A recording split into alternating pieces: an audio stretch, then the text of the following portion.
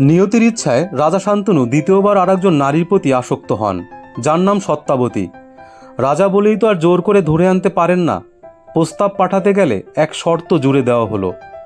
শান্তনু সত্যাবতীকে বিয়ে করতে পারবেন যদি সত্যাবতীর ছেলেদের সিংহাসনে বসানো হয়।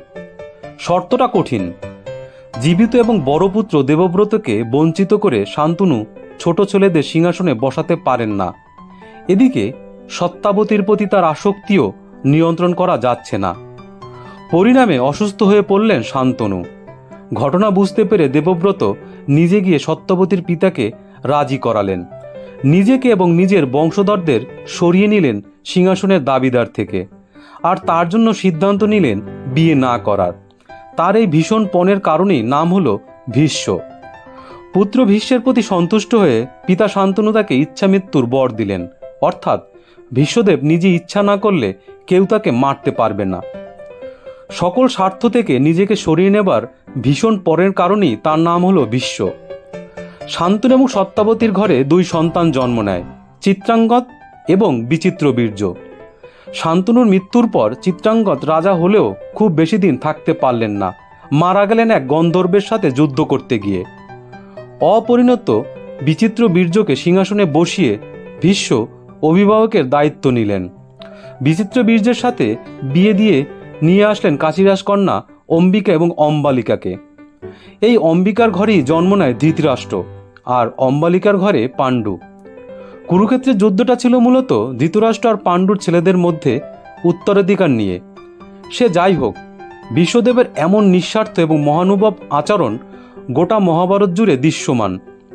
কুরুক্ষেত্রের যুদ্ধের আগে ধৃতরাষ্ট্রের সাথে কথা বলার সময় বিশ্বদেব বলেছিলেন, আমার কাছে গান্ধারী সন্তানেরা আর কুন্তী এবং মাদ্রীর সন্তানেরা সমান প্রিয়।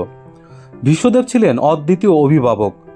বিশ্বদেবের জ্ঞান, বুদ্ধি এবং তেজস্বিতা সমসাময়িক বীর বা রাজন্য বর্গের কাছে ছিলেন বিশেষভাবে জনপ্রিয়। এমনকি কুরুক্ষেত্রের যুদ্ধের পরিণতি তিনি আগে থেকে আঁচ করতে পেরেছিলেন। দুর্যোধনের সাথে পরামর্শকালে সরাসরি তাই উপস্থাপন করেন শ্রীকৃষ্ণ এবং অর্জুন সম্পর্কে। আমি নারদ মুনির কাছে শুনেছি অর্জুন পূর্ববদেব নর এবং ভগবান বাসুদেব পূর্ববদেব নারায়ণ। একমাত্র আত্মা নর এবং নারায়ণ হিসাবে দ্বিধাকৃত হয়েছে। দেবগণ, অসুরগণ এবং মানবগণ তাদেরকে পরাজিত করতে সক্ষম হয় না। দ্রোণাচার্যেরও সমর্থন ছিল ভীষ্মের কথায়, কিন্তু পাপাত্মা দুর্যোধন তাতে কান না দিয়ে কুরুক্ষেত্রের সংঘাতকে অবশ্যম্ভাবী করে তুলল। অনিচ্ছা সত্ত্বেও কৌরব পক্ষের সেনাপতির দায়িত্ব গ্রহণ করেন ভীষ্মদেব।